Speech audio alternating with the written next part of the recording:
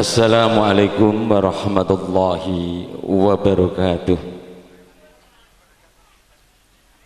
Bismillahirrahmanirrahim. Alhamdulillahi rabbil alamin.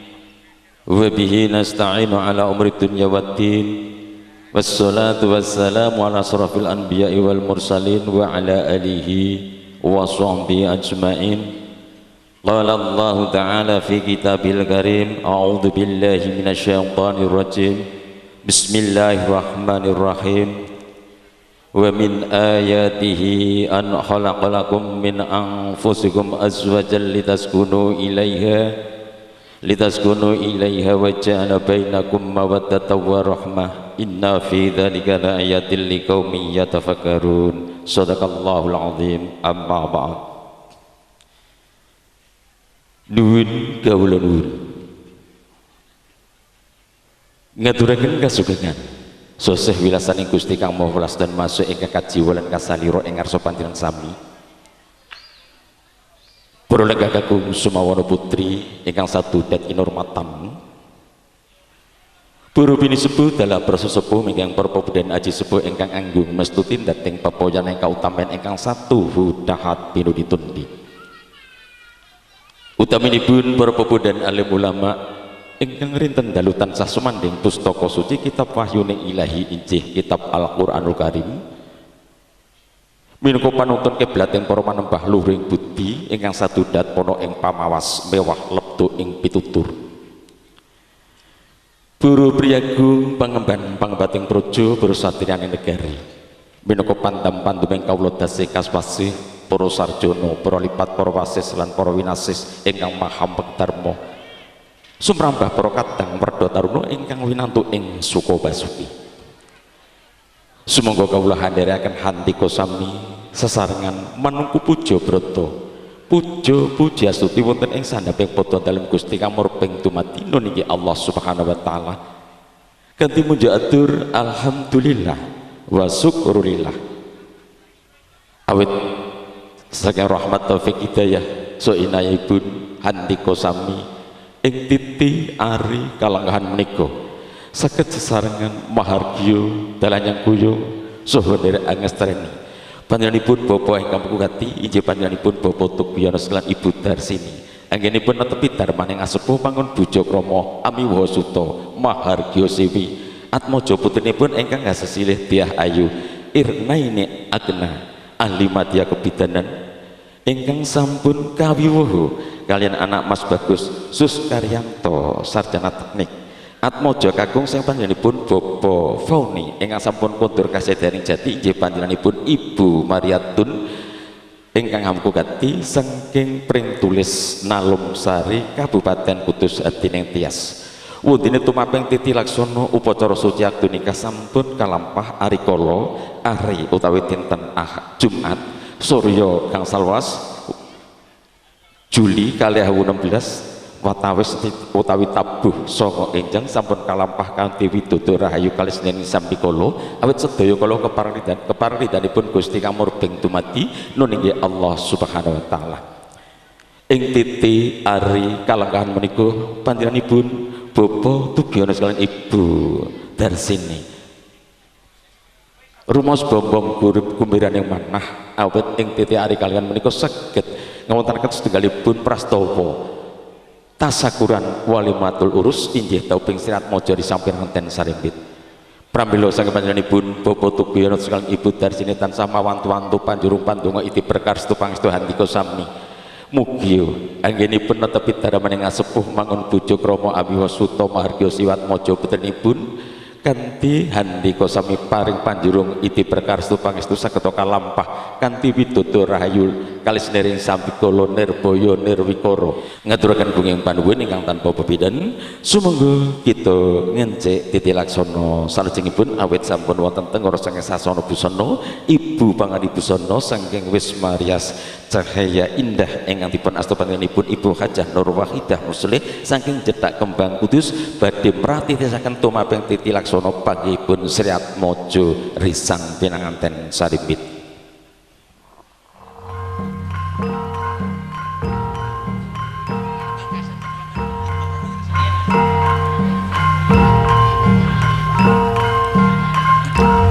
awit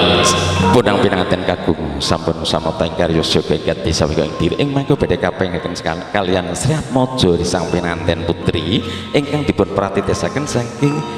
Ibu Hajah Nur Wahidah Muslih minangka saking tatarias cahaya indah saking cetak kembang Kudus. Wis dumugi wahyaning mangsa kala dumaweng kodrat saking panguwasing Gusti ingkang murbeng dumadi nalika samono ana titeng Gusti ingkang asipat jalutan api wanita ingkang semedya ana tepi jejering agesangan cek alaming madya mestuti ilo-ilo jaring para kina ingkang satu dahat pilu ditundi sarta hangelune laksida aja nulak edi-edi ing budaya luhur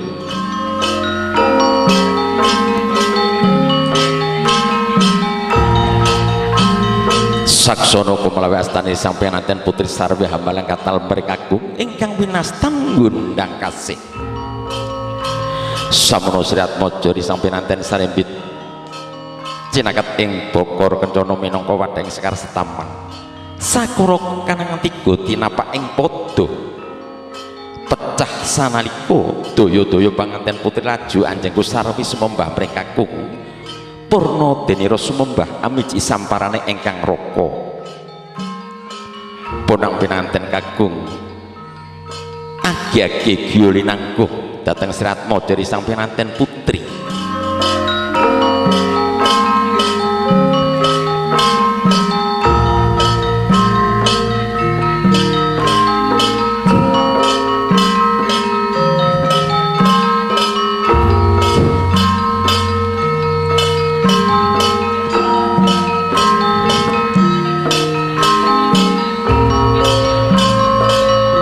punang pinanganten sanembit jumeneng jajar sumanding sing eban sindur saking Rama saha ibu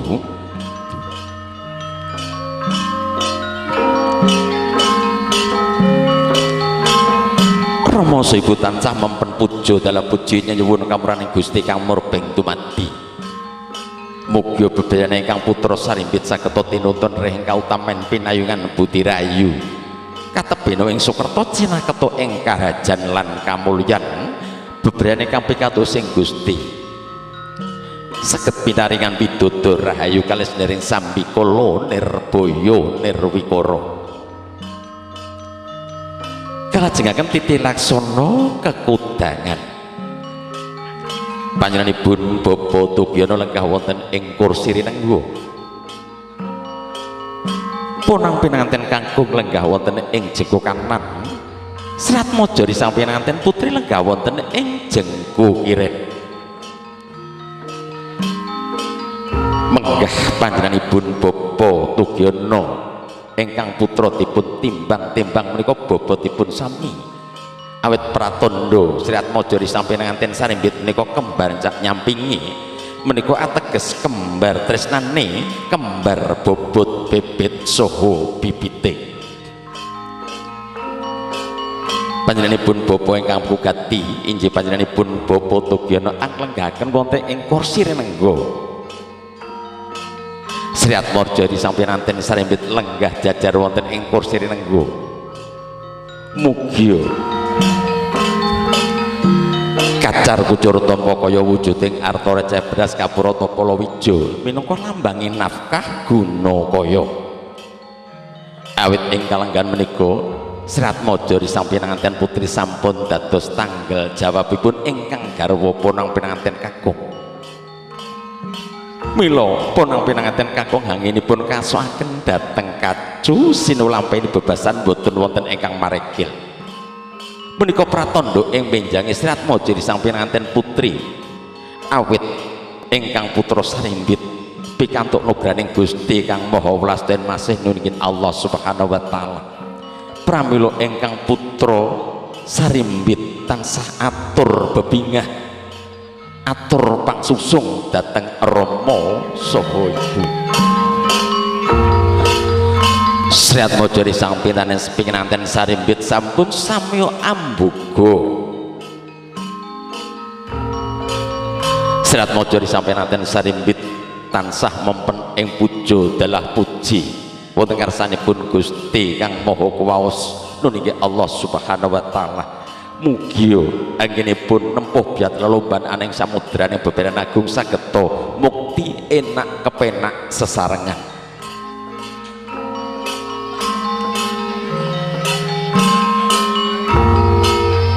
Ngunjuk tirta wening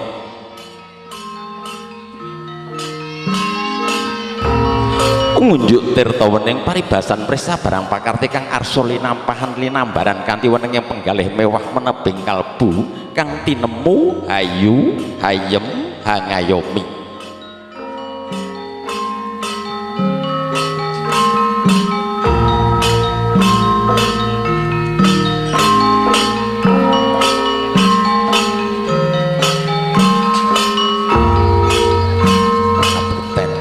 Sungkeman panganten kakung wujengkar saking dampar anganti engkang garwa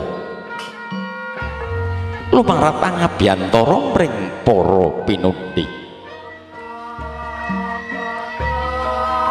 estining penggalih muhung sumedya sumengkem angus sapa pepadane Rama saha Ibu Sigro tumungkul amar kelu yayah konjem ing Bantala wadanan ingkang putra sarimbit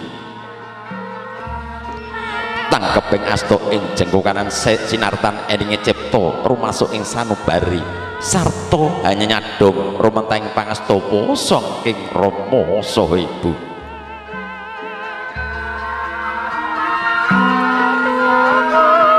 menapa to menggah darunane juru sumengkem angus sapa pepadane Rama saha Ibu panganten anggung enget marang para wanita dumadi nduk rikala linairakening jagat padang enget marang Rama ingkang wis nggodha ngukir jiwa raganira mewah lumantaring tumuwuh wondene enget marang ibu ingkang wis kawawa dadya papaning yoga Bratanawa Candra Dasari sarta hangleliting anggula wentah wiwit kalane samana nganti dewasa mula eling-eling geri sang pinanganten sarimbit wiwit timur mulanggung ginunggung mring pepoyan ingkang utamen mula namung sakedheping netra wis bangkit angusadani eninging nala nadyan anandang sungkawa cekap sinamun ing samudana waspada ing semua anguningani denira karenantan ing batin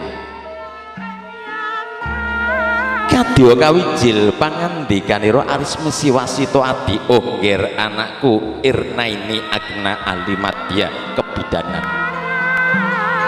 muga anggonmu nempuh biat lelombanan ing samudraning beberan agung bisaha sinasaban momong momot momor mursid lan murakabi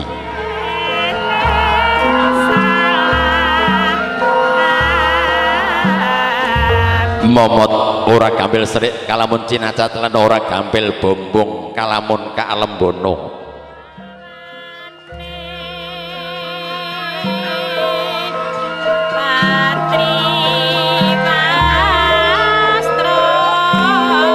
momor gampil ing pasrarungan dateng sanak kadang mitra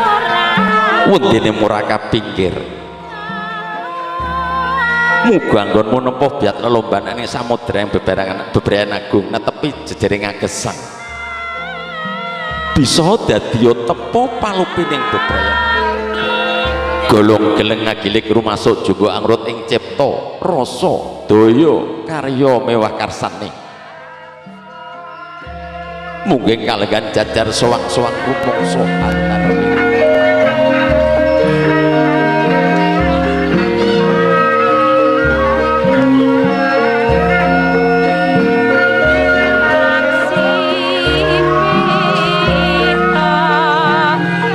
beberan ingkang pikantuk sing Gusti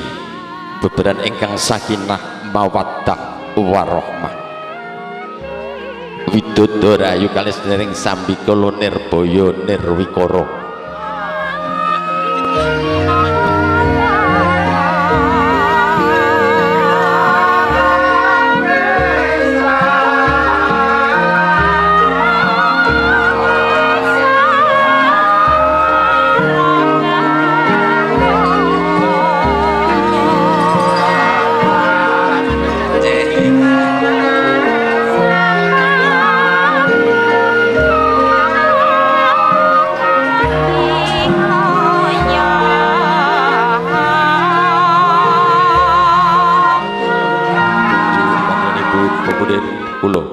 Bobo Ki Abdul Manaf Al-Hafid sumangga sasana swasana kawula aturaken sawetahipun kunjuk panjenenganipun Ibu Mariatun sekalian ingkang putra ing mangka kawula suwun jengkar saking sasana palengkahan jumeneng anjajari panjenenganipun pepundhen kawula Bobo Ki Abdul Manaf Al-Hafid kanthi menika sumangga kawula aturaken. Assalamualaikum warahmatullahi wabarakatuh. A'udzu billahi minasyaitonir rajim. Bismillahirrahmanirrahim. Alhamdulillahilladzi ahalla lana an-nikah wa harrama 'alaina as-sifah wa amarna bittiba'is sunnah. Asyhadu an la ilaha illallah wahdahu la syarika lah wa asyhadu anna Muhammadan abduhu wa rasuluh. Allahumma salli wa sallim wa barik ala sayyidina Muhammadin la nabiyya ba'da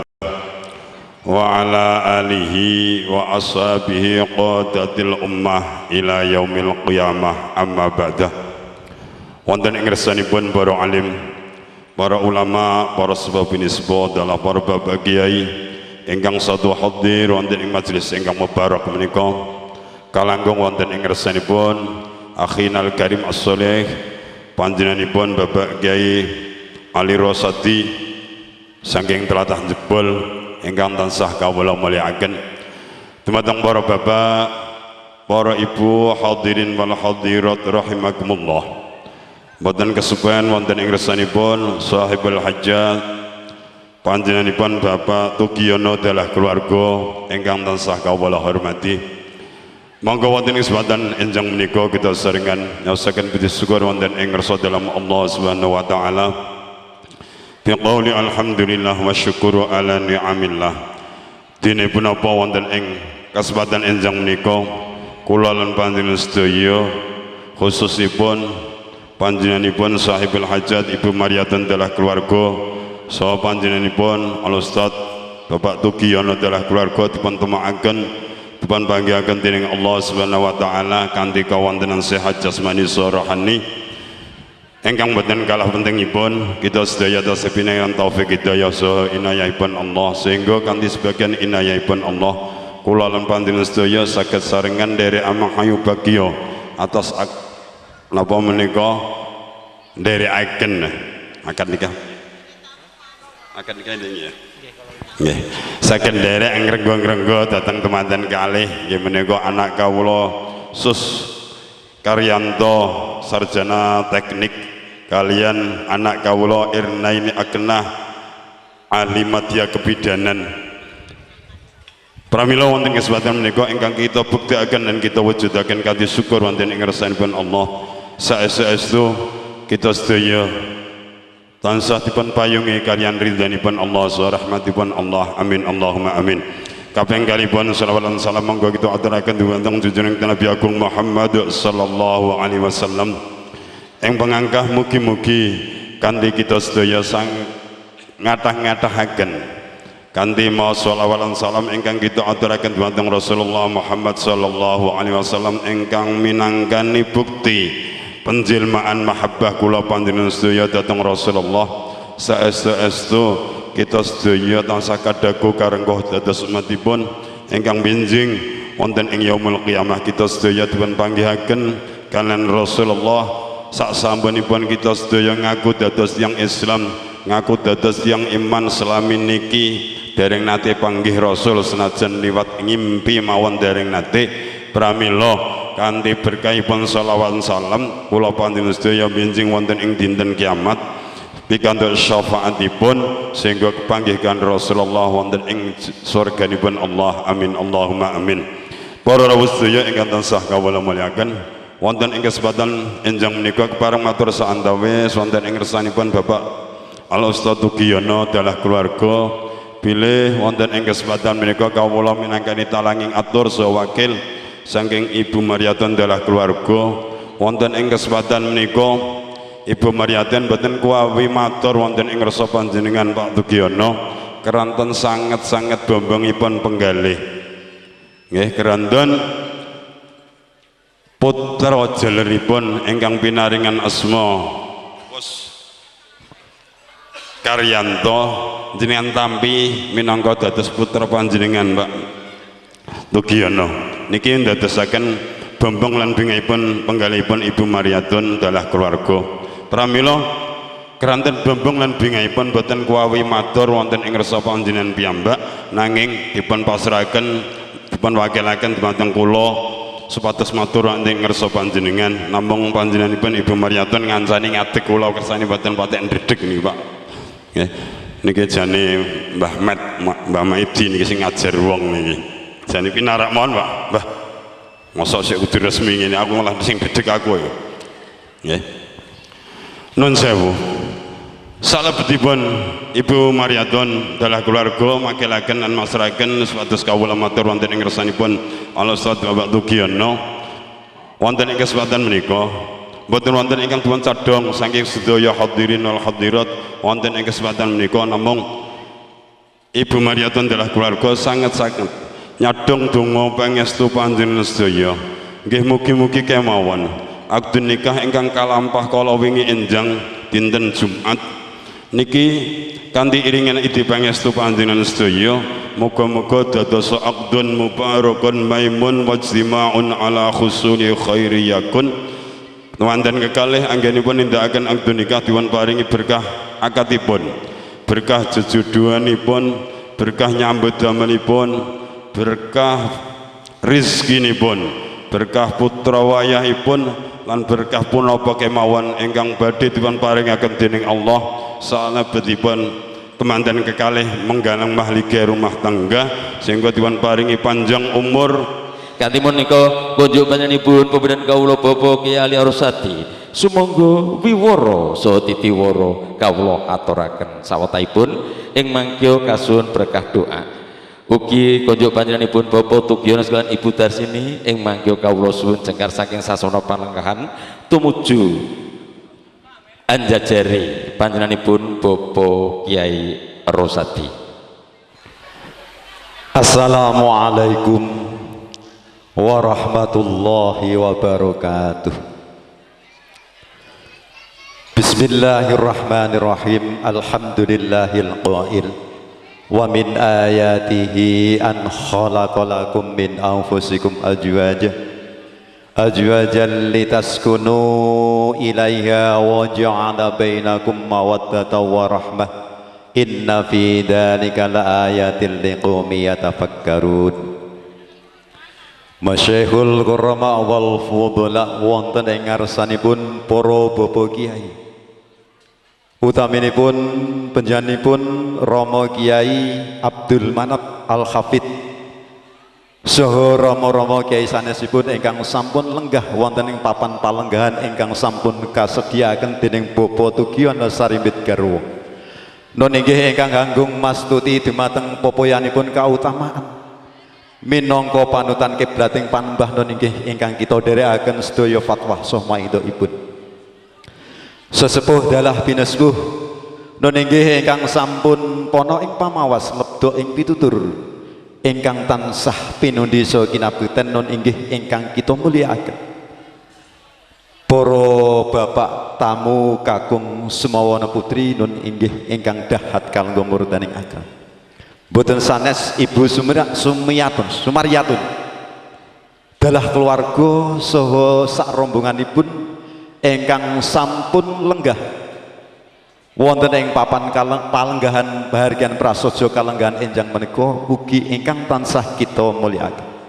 Boten sanes kadang kawula sepuh Bapa Tugiono Sarimbit Garwa nun inggih ingkang hamengkugati ingkang tansah kawula tresnani. Boten sanes pinanganten kekalih Kang Mas Sus Karyanto kalian Mbak Yu Ernaini Aknah ugi ingkang tansah kawula cintai. Kanthi pepayung budi rahayu saha mujuaken syukur kita wonten ngarsanipun Allah Subhanahu wa taala. Awet rahmat taufik hidayahipun sehingga enjang menika kula panjenengan sedaya pinaringan sehah wal afiyah katitahaken saged rawuh wonten ing pidalemipun Bapa Tugiono. Saperlu paring pandonga atas akdun nikahipun Kang Mas Sus Karyanto ingkang sampun dhaup suci kalian Mbak Yu Ernaini Aknah ingkang sampun lumawah kala wingi enjang kanthi slamet wilujeng nirbawa nirwikara boten wonten alangan setunggal punapa sehingga wonten enjang menika tasih nyuwun pandonga para rawuh sedaya. Kawula nggih semonten ugi ingkang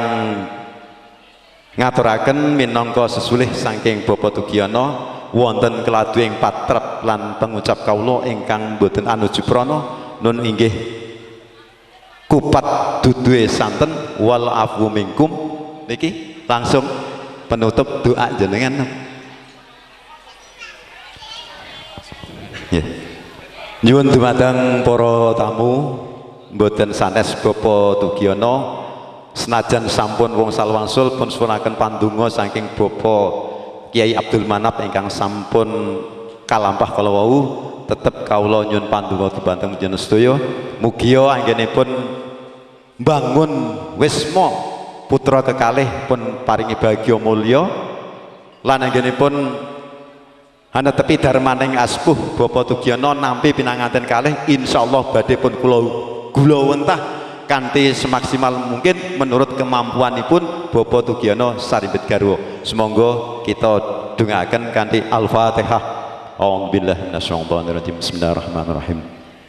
Alhamdulillahirabbil alamin arrahmanir rahim maliki yaumiddin iyyaka na'budu wa iyyaka nasta'in ihdinas siratal mustaqim siratal ladzina an'amta 'alaihim ghairil maghdubi 'alaihim waladdallin rabbi firli wa li walidayya amin. Bismillahirrahmanirrahim. Allahumma salli wa sallim ala sayyidina Muhammad. Alhamdulillahi rabbil alamin. Allahumma bi fadlika khufana wa ta'ala hadal akta maktuman aktan ma'suman wa ali bainahuma ulfatan wa qararan daiman wa la taj'al bainahuma firqatan wa firan wa khusuman waqfi ma manatat dunya wa tarzuqu manaslal banati wal auladi hatta nurihima al asbati wal ahfadi wa an tahfaduhuma mimma kaidil khalqi ajma'in wa an tuwassi'a lahum rizqa wa an taj'al bainahuma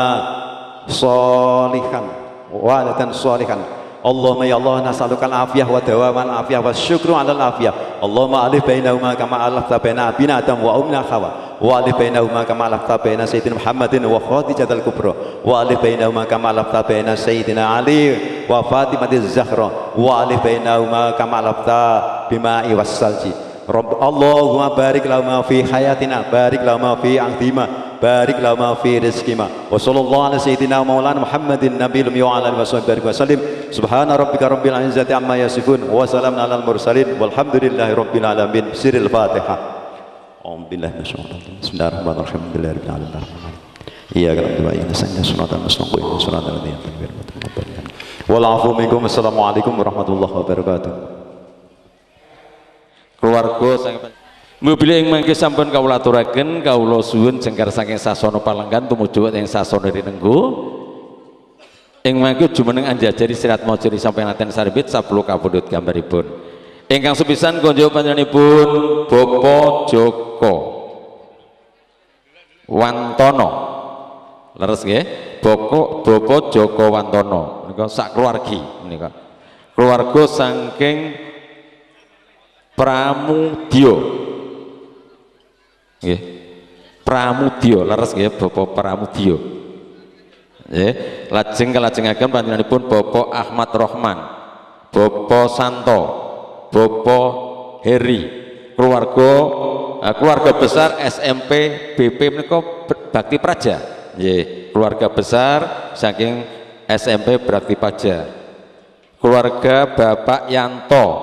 Kopeng gitu. Sepisan malih kalau wau panjenenganipun Bapak Joko Wartono, panjenenganipun keluarga Pramudya, keluarga Bapak Ahmad Rohman, keluarga panjenenganipun Bapak Santo, keluarga panjenenganipun Bapak Heri, keluarga besar SMP Bakti Praja, keluarga Bapak Yanto Kopeng, keluarga Bapak Suparno, keluarga Bapak Rukito, keluarga Bapak Selamat, keluarga Ibu Mariati, keluarga Ibu Pur, keluarga Bapak Tohari, keluarga Bapak Haji Surawi, keluarga Bapak Yanto Pring Tulis, keluarga Bapak Wondo, keluarga Bapak Rikan, keluarga Bapak Haji Makno, keluarga saking Weleri menika ing mangke saparipurnanipun keluarga saking Bonang Pinanganten Kakung kalajengaken petik citra saking keluarga Bonang Pinanganten Putri. Ugi pahargyan walimatul urus tauping Sriat Mojo disampaikan Sarimbit menika makarya sesarengan kalian tata rias wisma rias cahaya indah ingkang dipun asta panjenenganipun Ibu Hajah Nur Wahidah Muslih saking Jetak Kembang Kudus. Ugi dipun sengguyung video syuting Kada Production Mayong Lor ingkang dipun asta panjenenganipun Mas Buncis utawi Mas Fadli saking Mayong Lor Mayong Jepara. Foto production Aini saking Mayong Lor Mayong Jepara. Ugi dipun sengguyung audio sound system Lidev Mayong Lor Mayong Jepara ingkang dipun asta panjenenganipun Bapak Sokip.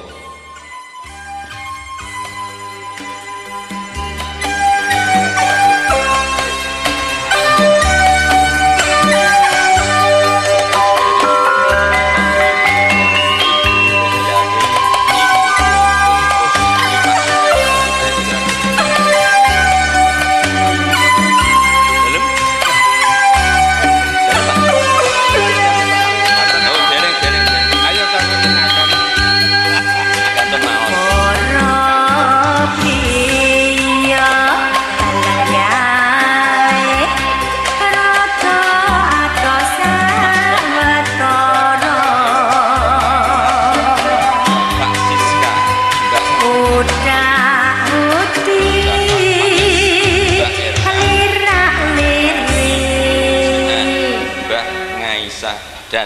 goyang guyu di apa? Amesa Oh, sakja arep mundut lagu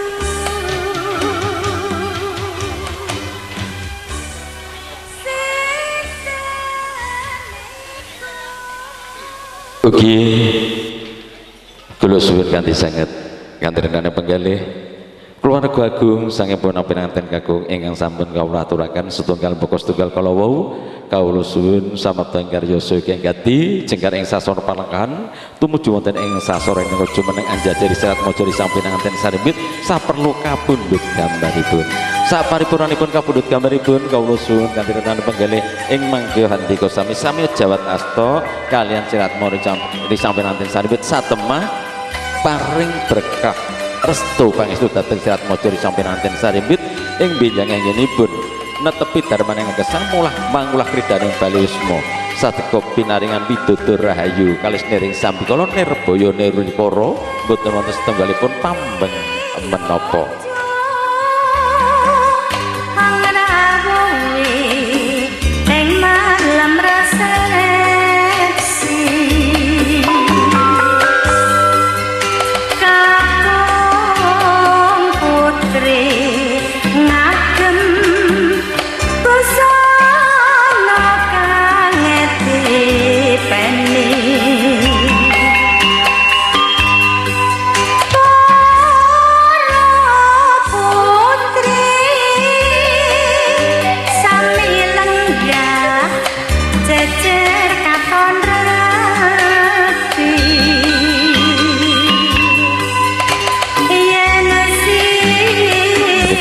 kawula aturaken menika ing mangga njenengan samya foto keluarga menika setunggal keluarga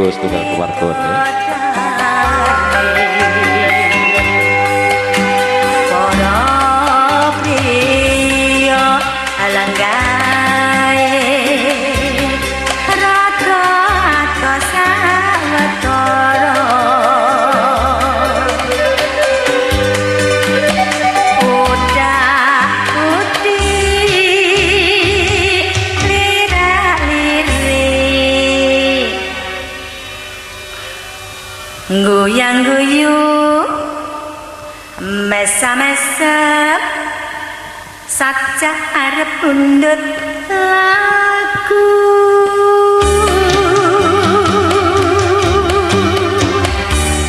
sinten niku lenggah pojok lele ana mburi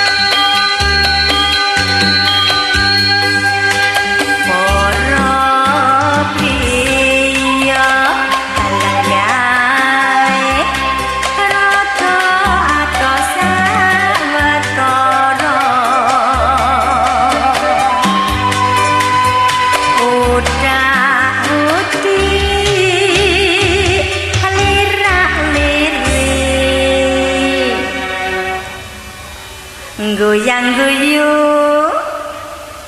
amesa-mesa sakja arep mundut lagu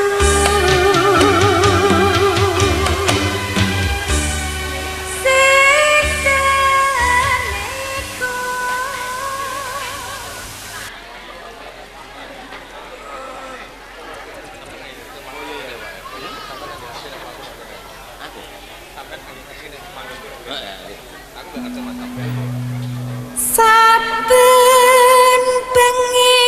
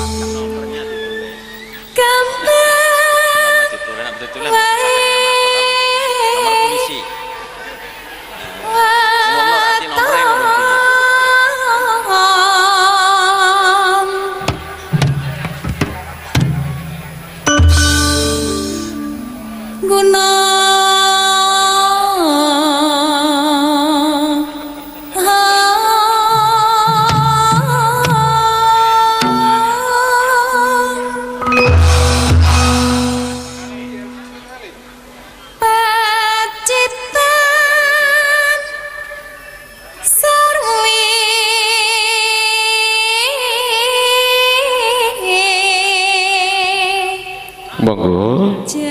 keluarga ini saking punang pinanganten kakung ingkang kawula aturaken setunggal buku setunggal kawula sun jengkar saking sasana palenggahan tumuju wonten sasana niku Yesus jumeneng anjajari sirat mojari sampai nanti sarbit 10 kapundhut gambaripun sumangga awit saparipurnipun keluarga ageng saking pun pinanganten kakung ing mangke badhe kalajengaken nggih menika keluarga saking ponang pinanganten putri saking keluarga ponang pinanganten kakung tasih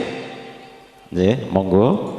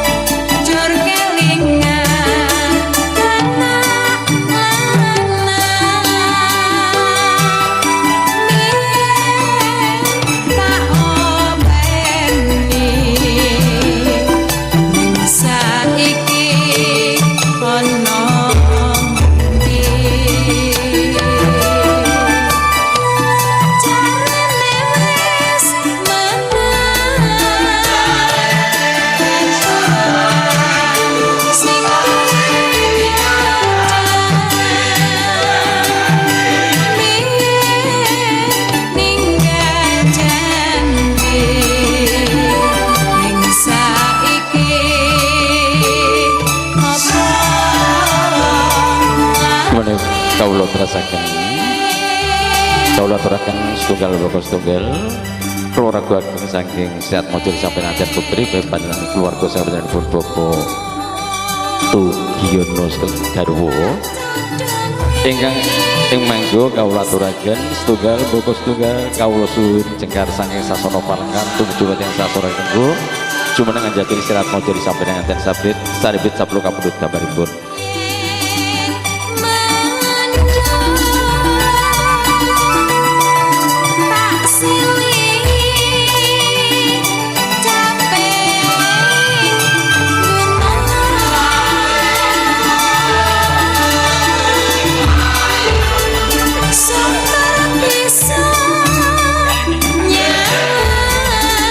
setunggalipun pambiyara utawi pengumuman ingkang kagungan kendaraan mobil nomor polisi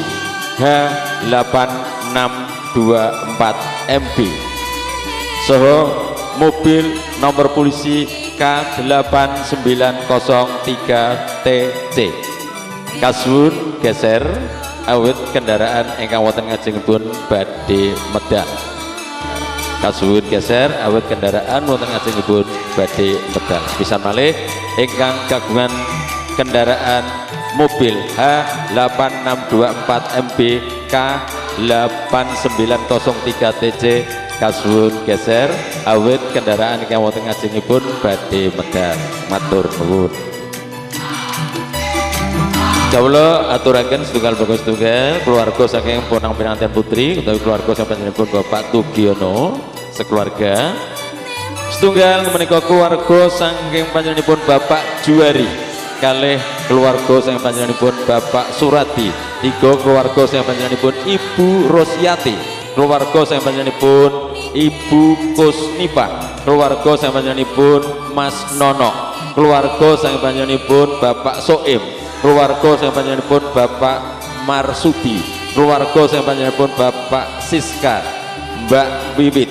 keluarga saking panjenenganipun Bapak Faiz Mbak Irna Prambatan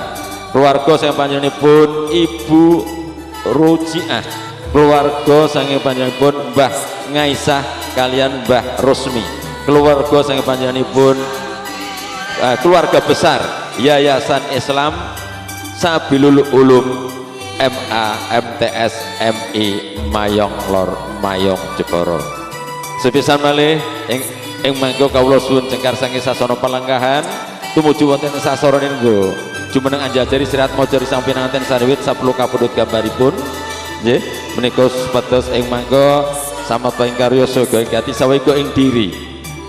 panjenenganipun keluarga Bapak Juari, keluarga panjenenganipun Bapak Suradi, keluarga sang panjenenganipun Ibu Rosyati, keluarga sang panjenenganipun Ibu Kusnipah, keluarga sang panjenenganipun Mas Nono, keluarga sang panjenenganipun Bapak Soim, keluarga sang panjenenganipun Bapak Marsudi, keluarga sang panjenenganipun Bapak Siska, Mbak Wiwit, keluarga sang panjenenganipun Bapak Faiz, Mbak Irna Prambatan, keluarga sang panjenenganipun Ibu Rujiah, keluarga sang panjenenganipun Mbah Ngaisah, Mbah Rusmi, keluarga sang panjenenganipun keluarga besar Yayasan Islam Sabilul Ulum MA MTS MI Mayong Lor Mayong Jeporo. Sumangga ingkang sampun kawula aturaken setunggal boko setunggal kala wau kawula suwun cengkar saking sasana palenggahan tumuju wonten sasana ninggo ing mangga jumeneng anjajari sirat maca sampinanten saribit 10 kapundhut gambaripun. Sumangga kawula aturaken awit menika tasih dipun rantu tapi dipun tenggo saking juru syuting juru suging sampun samapta ing karya saga ing gati sawega ing diri angrantu panjenengan sami anggenipun sami nderek foto-foto keluarga kalian Sri Atmojo Risang pinanganten saribit. Sumangga kawula aturaken konjuk sedayanipun ingkang sampun kawula aturaken setunggal pokok setunggal kala wau. Oke, sedaya Putri Domas nggih, Putri Domas mangke saged nderek foto-foto nggih. Putri Domas mangke nderek foto. Sopo sing ngancani semono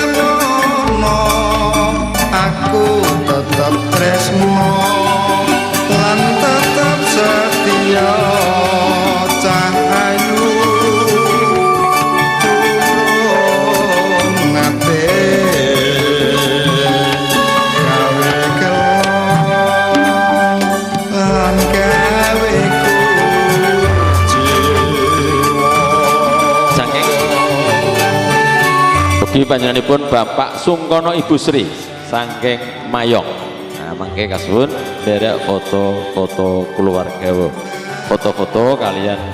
Sri Atmojo sampinanten saribit ing mangga saparipurnanipun andika sami kapundhut gambaripun menika sami jawat asta kali Sri Atmojo sampinanten saribit awit Sri Atmojo sampinanten saribit tasama wantu-wantu panjurung iti perkara pangestu adika sami mugia kanthi panjurung iti perkara pangestu adika sami Sri Atmojo sampinanten saribit anggenipun netepi darmaning agesang maulah kridaning bali wisma saged tinuntun rengka utamen nuwuhaken karukunan atut sarutut rerantangan rerentengan beberan pikatuk sing Gusti beberan ingkang sakinah mawaddah warahmah. apa kowe pancen kelingan jamane dadian cahayu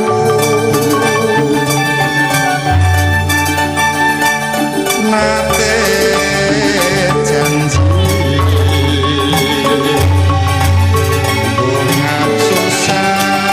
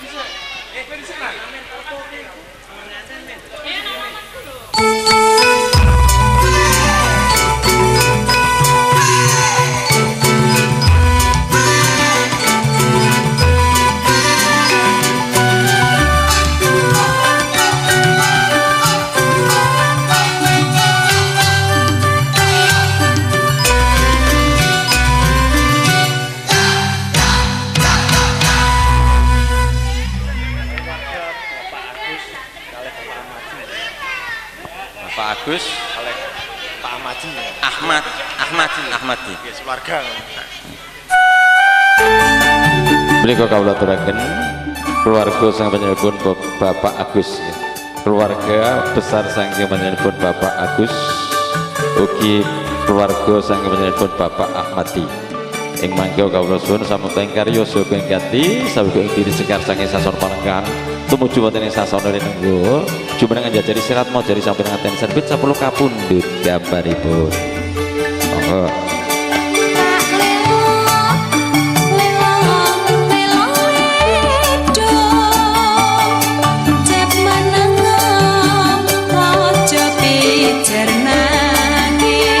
Pesan balik keluarga sing panjenenganipun Bapak Agus, keluarga sing panjenenganipun Bapak Ahmadi. Nggih, menika kawula suwun ing mangga jengkar saking sasana Palenggan tumuju ing sasana Renenggo jumeneng njajari sirat mojari sampun ngaten serbit 10 kapundhut gambaripun.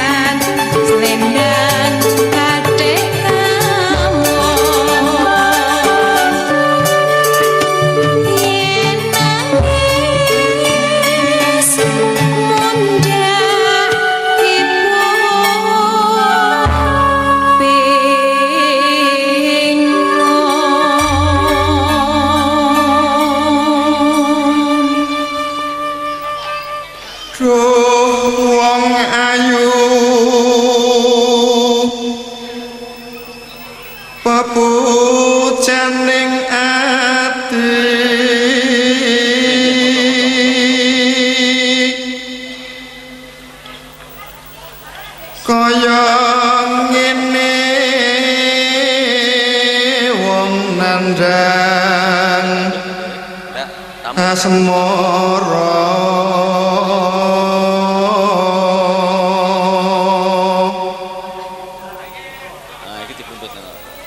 apa ta awakku dhewe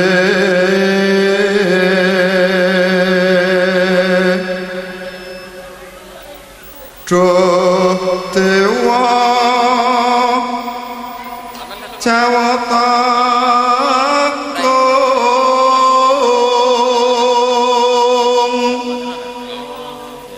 Nanti kalau kan malam sih walas somre wa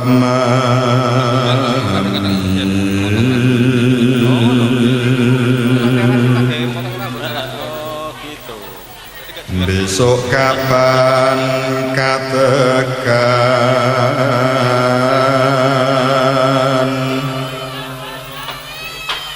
jejer lan wong ayu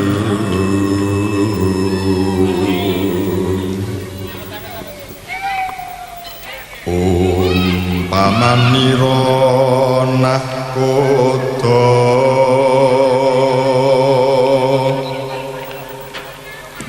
tanpa prau sasat bisa den pepatri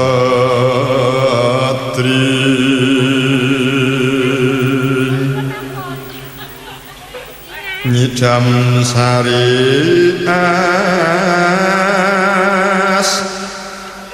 mara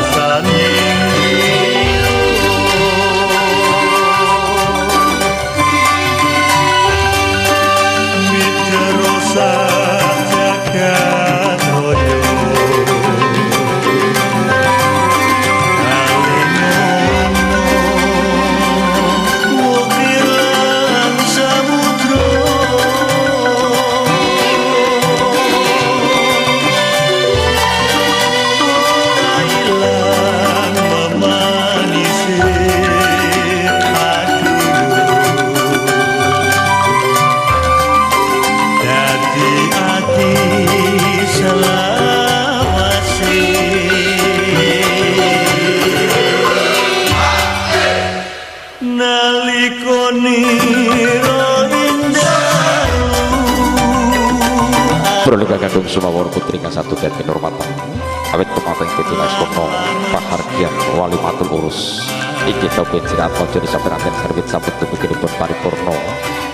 pramila kate menika sang kawula pribadi anggen kawula ngaturaken tumateng petilas soro pahargian wali matul urus wonten ing panci enjang ngantos tubukinipun sang menika mbok bilih sedayanipun wonten ingkang laras menika saestu pitedah pitulung sang ngarsanipun Gusti Kamurping dumadi nunggih Allah Subhanahu wa taala. Mbok bilih wonten ingkang kalian tuh menika ateges jublo lan bodho kawula pribadi kirang pangertosan, kirang sesrepan, kirang seserapungan pramila kanthi menika kanthi handap asuring jiwa raga kawula namung saged nyuwun lumuntur sing samudra pangsami minangka pepetone ngatur jaya wijayanti rahayu ing samya pinanggih widodo kalih sedhereng sampikala billahi taufik wal hidayah. Wassalamualaikum warahmatullahi wabarakatuh. Nuwun.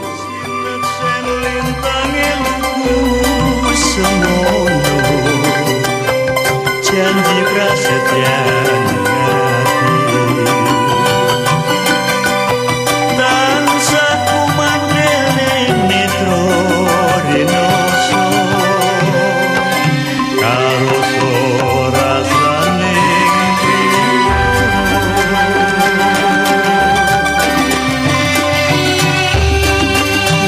terasa jagat royo